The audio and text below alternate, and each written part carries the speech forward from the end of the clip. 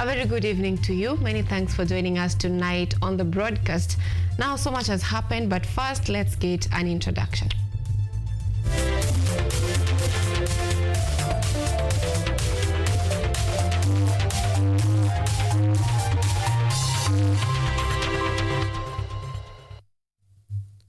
This is KUTV Primetime News with Anyango, Sylvia.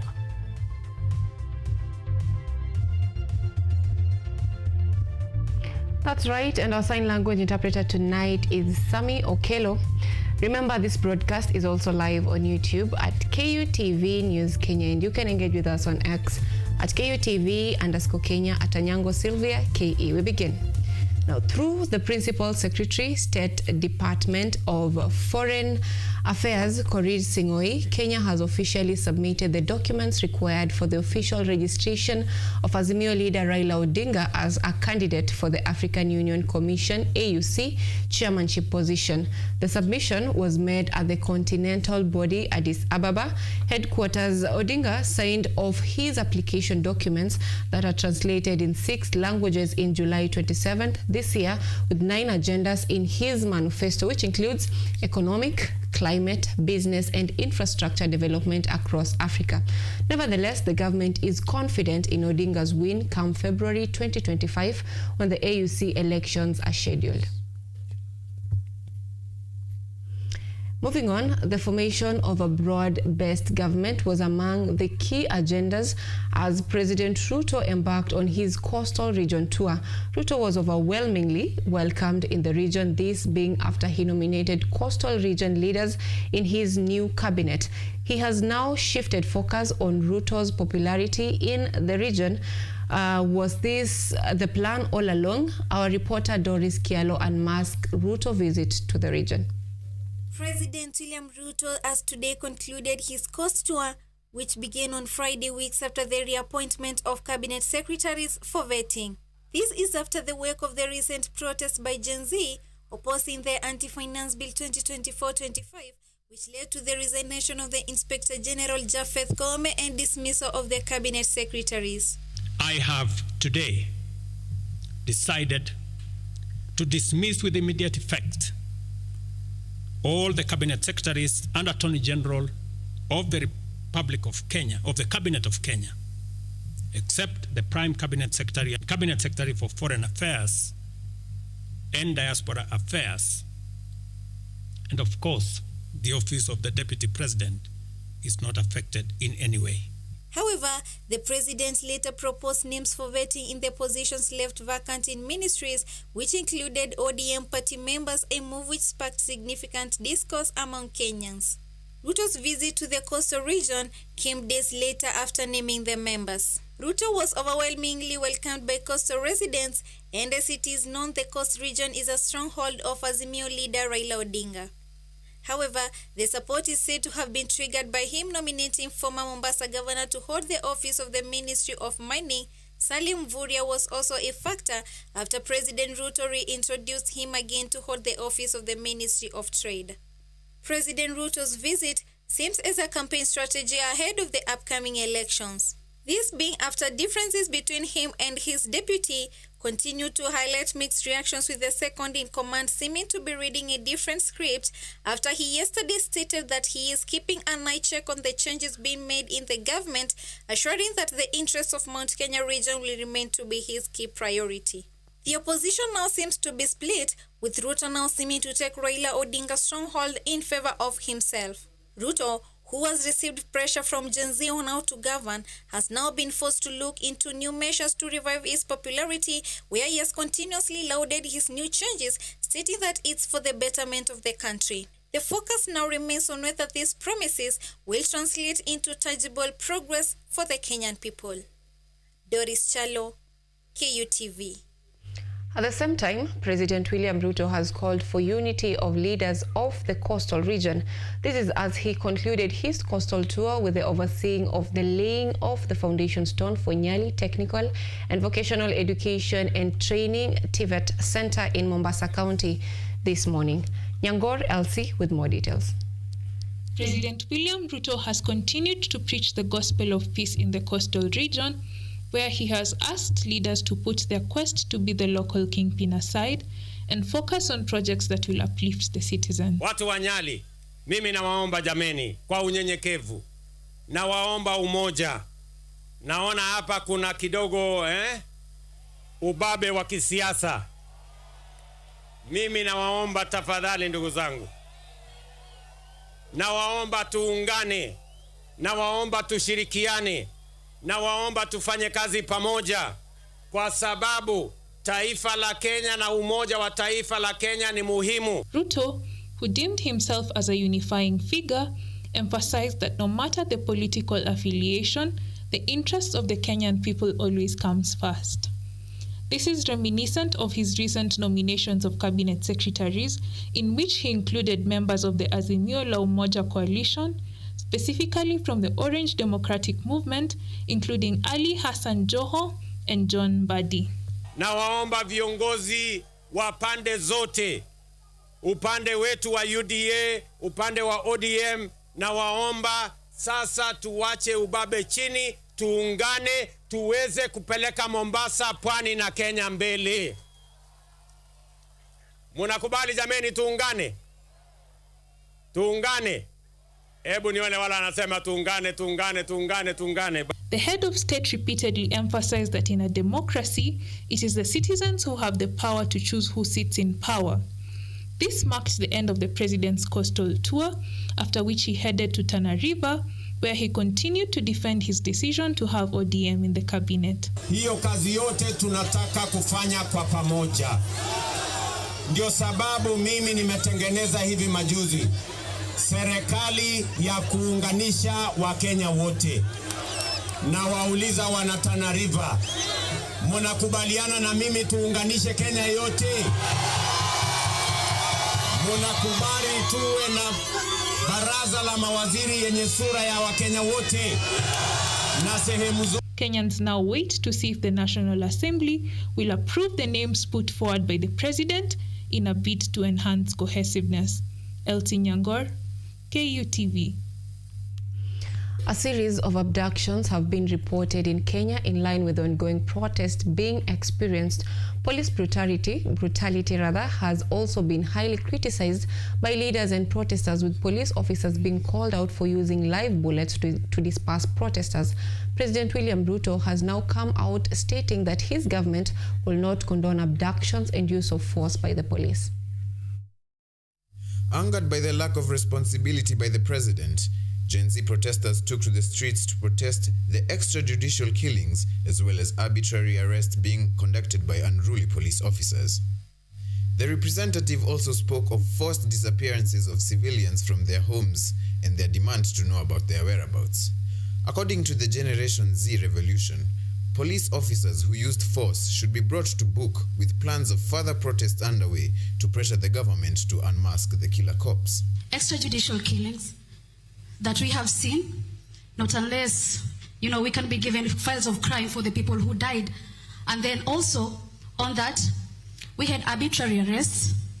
We also have forced disappearances, not unless also the government can explain to the people where these people are, or maybe if you have the information on that. The president has now come out in response of Gen Z, where he has retaliated that he has given his undertaking to the country that there will be no more extrajudicial killings and disappearances of Kenyans. And I gave my undertaking to the country that there will be no disappearance of Kenyans.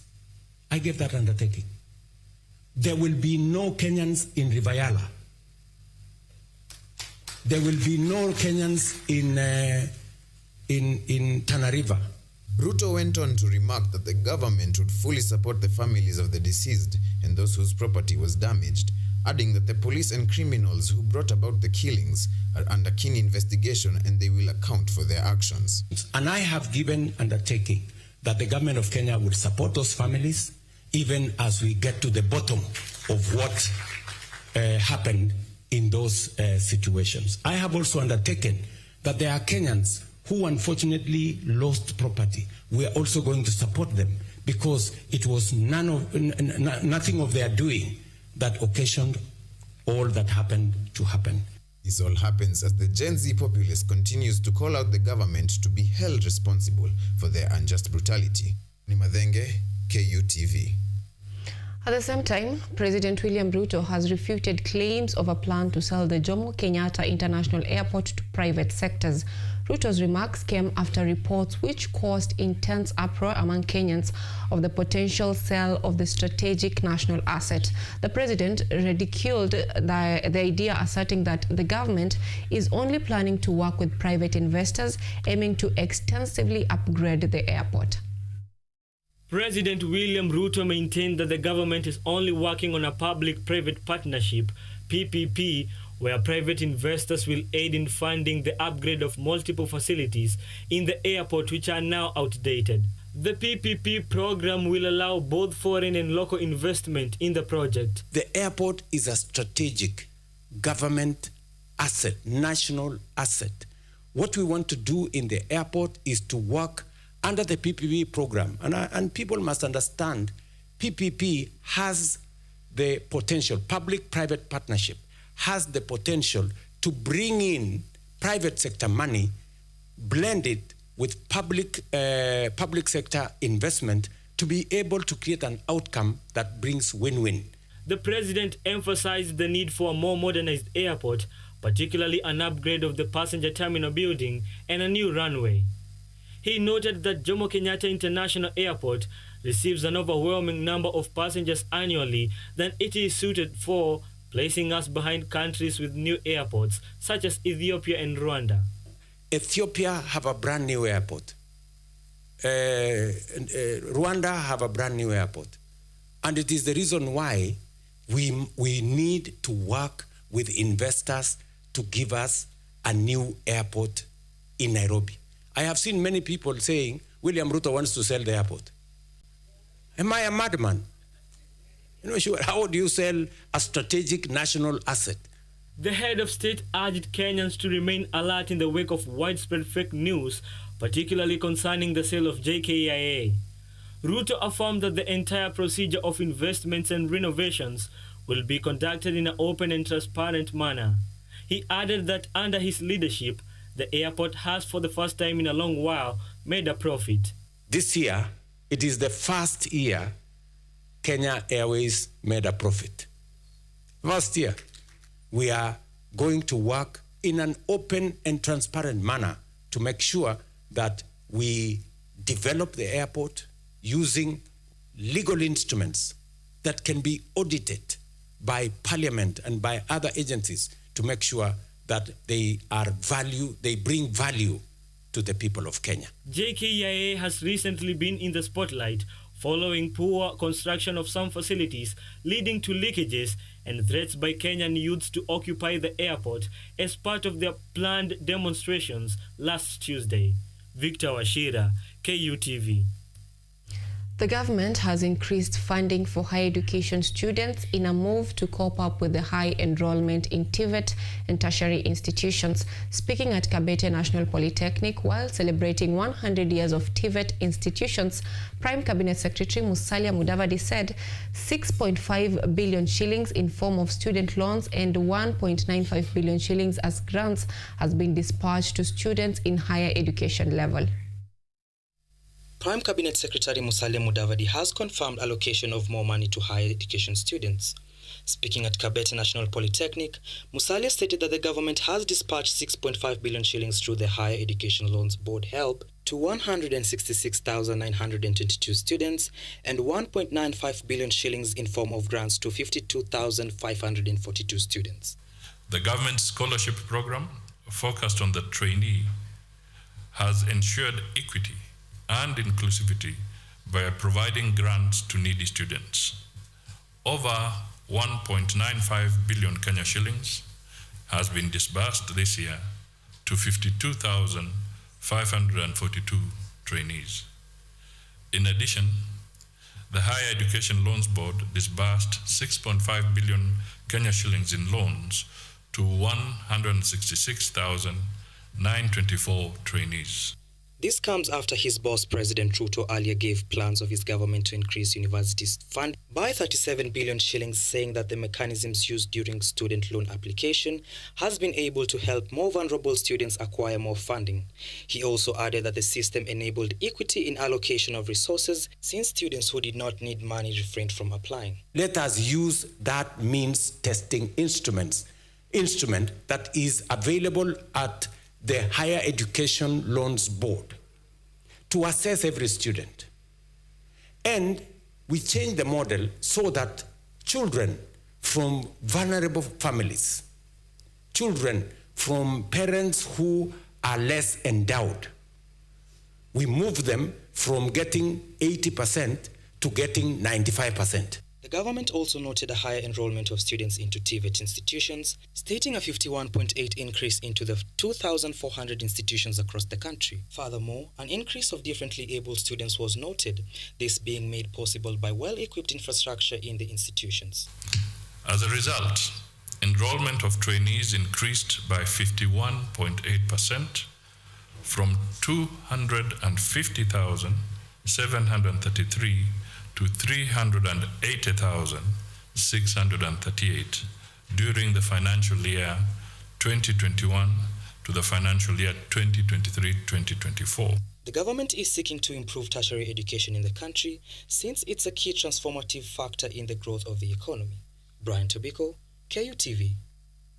Now that story by Brian takes us to a very fast break on the bulletin tonight. Don't go far, we'll be back with more stories.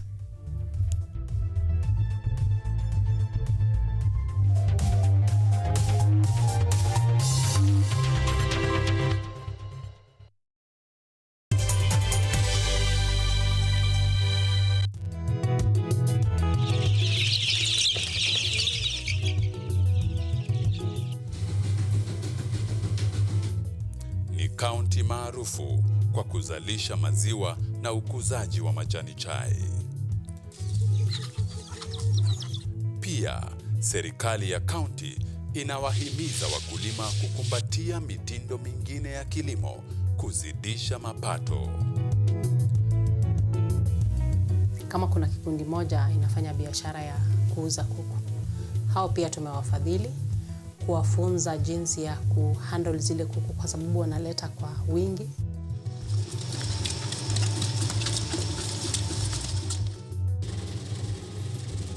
Haya yote tunakuletea katika Boresha Kilimo, toleo la kaunti ya Bomet.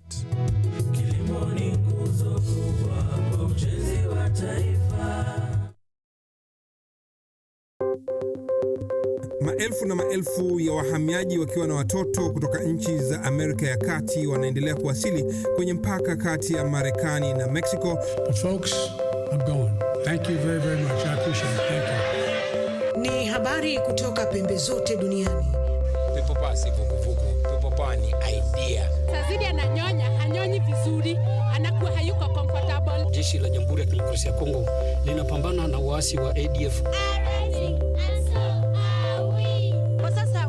Wito kwa mashirika, makampuni na vile vituo vya uchukuzi. Mambo mengi yatakwenda kama yalivyopangwa. Hapa ni kuna mmoja wa viongozi wa chama cha wavuvi katika eneo hili. Zaidi tunajaribu kuwapa chanjo ili ina boost ama inanyanyua kinga ya mwili, hiyo inaenda kupelekea kupambana na virusi. Ni duniani leo, Jumatatu mpaka Ijumaa, moja kwa moja kutoka VOA Swahili, Washington DC.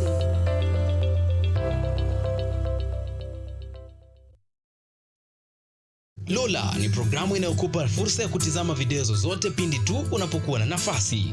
Hadithi za kukupa motisha, drama, maisha ya vyuo vikuu, teknolojia, masuala ya jamii, kuzuru maeneo tofauti, spoti, burudani na zaidi.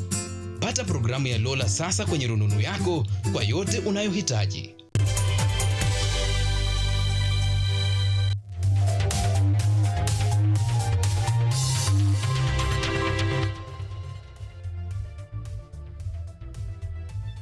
You are watching KUTV Primetime News with Anyango, Sylvia.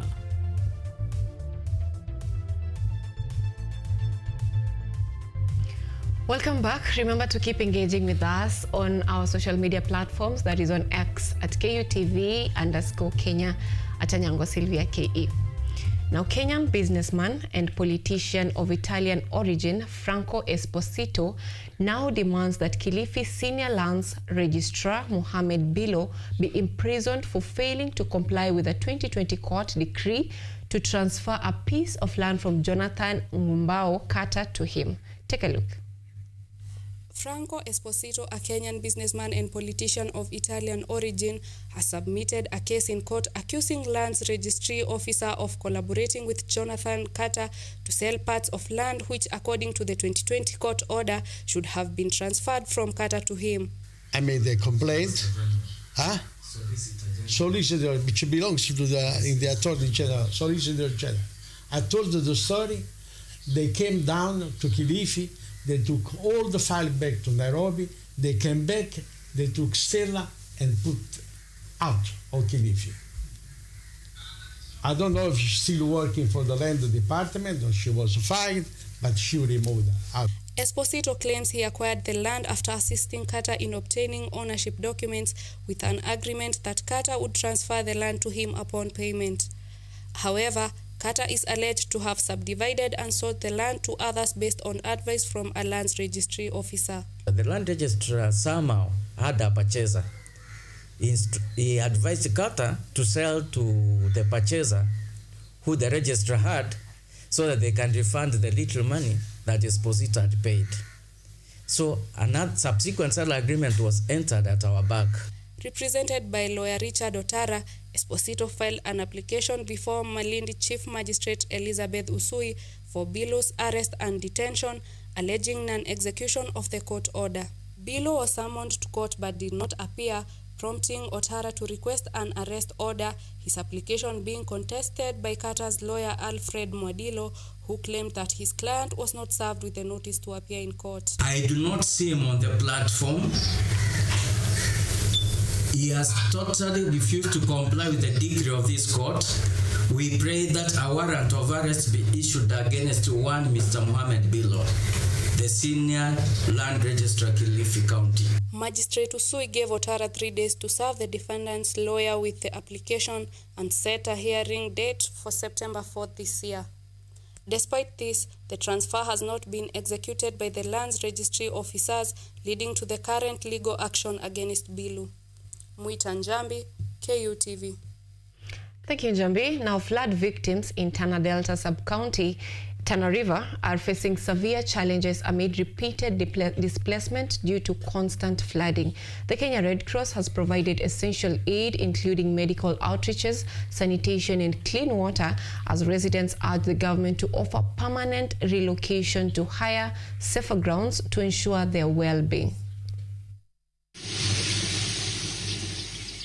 Flood victims in Tana Delta sub-county are facing hardships from repeated displacement due to constant flooding in displacement camps. Forced to move to higher grounds, they face numerous challenges, including poor sanitation and the risk of diseases like malaria, diarrhea, and typhoid. The Kenya Red Cross has offered crucial support with medical outreaches, sanitation, and clean water. However, the residents are pleading on the government for permanent relocation to safer, higher grounds to ensure their well-being. Yale ambayo tunapitia ni mazito sana. Huu ni mwaka wa 10. Kila mwaka tunatoka, maji yanakuja, sisi tunatoka. Maji yanakuja, tunatoka, tunakuja, tunakaa, maji kikauka, tunarudi. Hiyo ni shida ile ambayo tunaipitia. The residents also described the bushy and unsafe camp conditions and her family's health struggles. Mazingira tuliokuja nao hapa yalikuwa magumu. Maji ilikuwa hakuna. Changamoto ambayo tulikuwa tukipitia, usiku kwanza alikuwa hatulali. Wanyama, wapori, fisi, simba walikuwa karibu. Wengine mnaingia kwa banda amlali, mnakaa nje. Public Health Officer Peter Onyingwa noted the support from Kenya Red Cross in managing non-communicable diseases, which continues to implement health programs and provide access to essential sanitation and clean water for affected communities, highlighting some of the health facilities being supported. Kenya Red Cross has been able to support 6 facilities to conduct non-communicable activities in the sub-county. The 6 facilities are Gariseni, Asa, Kone, Semikaro, Mnazini, and other dispensaries. Caleb Chemirmir, the Public Health and Emergencies Manager at Kenya Red Cross, reported that over 600,000 people were affected by the floods during the March, April, and May disaster, resulting in more than 300,000 displacements. Kenya Red Cross prepositioned various capacities to be able to respond and save lives in the advent of floods. This comes amidst the Kenya Red Cross alongside partners like Danish Red Cross continue to provide crucial health programs, vital support, and sanitation access. Emma Mwangi, KUTV. We are taking yet again another short break. We'll be back with sports.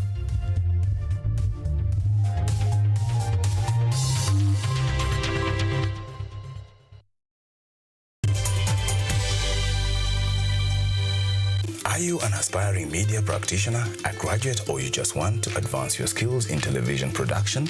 Then welcome to Kenyatta University, where education meets innovation. KUTV, the premier university television station in Kenya, is now offering short courses in TV studio, field technical operations, and video editing. Through these courses, you will acquire hands-on skills on camera operations, media production, lighting techniques, audiovisual editing, and sound and visual control, and how to operate key equipment in modern TV control room. Enroll today at KUTV and discover your full potential in cutting-edge TV broadcasting. Graduates of these courses will receive professional certificates. For more information, visit our offices at KUTV Studios or call us on 020-870-4252 or 020-870-4255 or SMS us on 0739-110-544. KUTV, a new experience.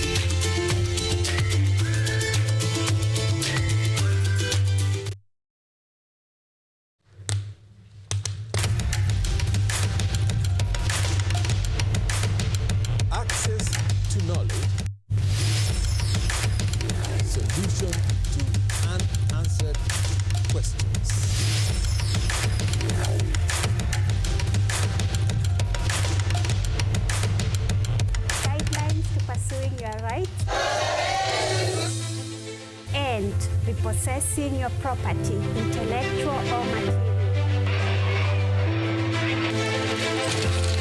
This and more only on Law Matters.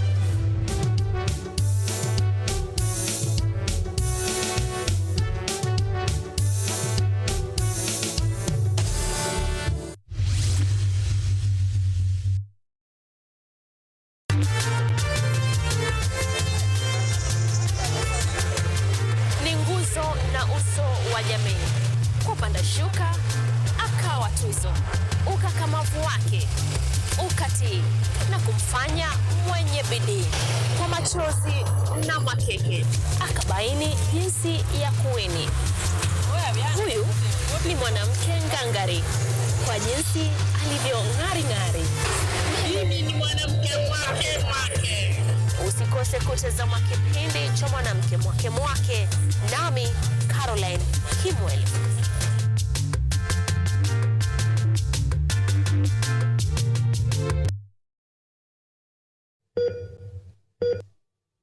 Are you healthy, or rather, do you maintain a healthy lifestyle?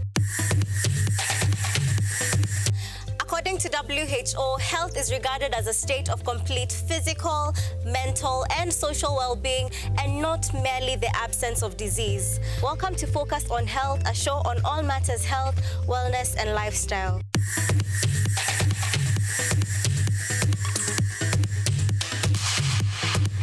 On this show, we cover a wide variety of topics, inclusive of, but not limited to, dental, optical, mental, reproductive health, and so much more. Join me, Joy Bofenda, every Thursday at 7:30 p.m. on KUTV for compelling insights and discussions on all matters health. See you then. Focus on Health, your weekly dose of health and wealth information on KUTV.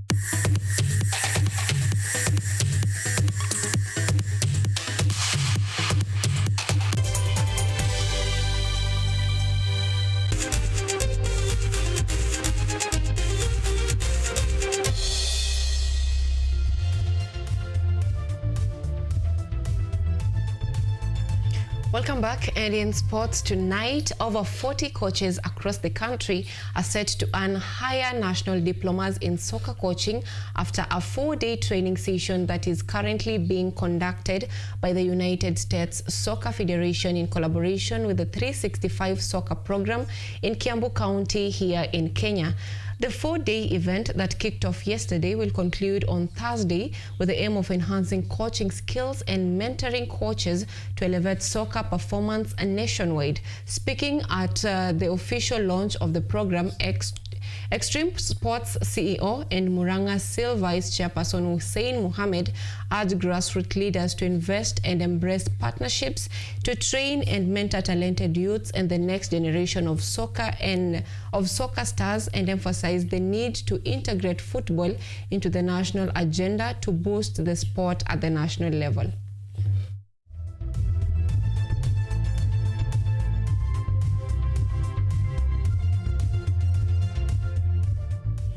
And the Kenya Women Premier League KWPL champions Kenya Police Bullets FC will pitch camp in Uganda from Saturday as they prepare to make their bow in the Sekafa CF Women's Championship League qualifier set for next month in Addis Ababa, Ethiopia. The law enforcers have been pulled in a tough Group A against Ethiopia heavyweights Commercial Bank CBE, Yei Joint FC of South Sudan, Warriors Queens of Zanzibar, and Rayon Sport Women of Rwanda.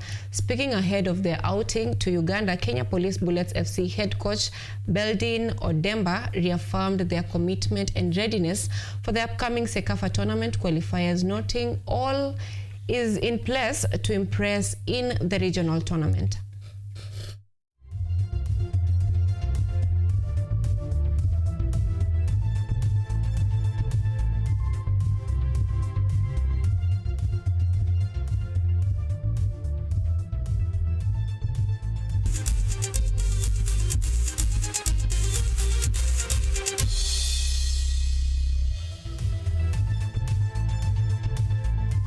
Now that is it from us. Thank you so much for choosing our news tonight and for keeping it KUTV this far. Our sign language interpreter tonight has been Sami Okelo and Anyango Sylvia.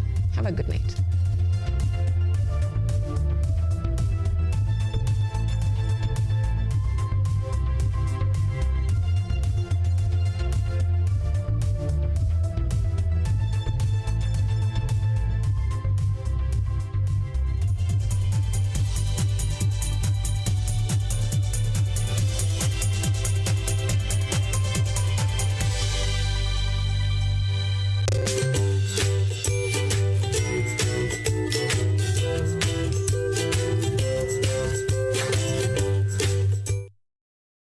Are you an aspiring media practitioner, a graduate, or you just want to advance your skills in television production? Then welcome to Kenyatta University, where education meets innovation. KUTV, the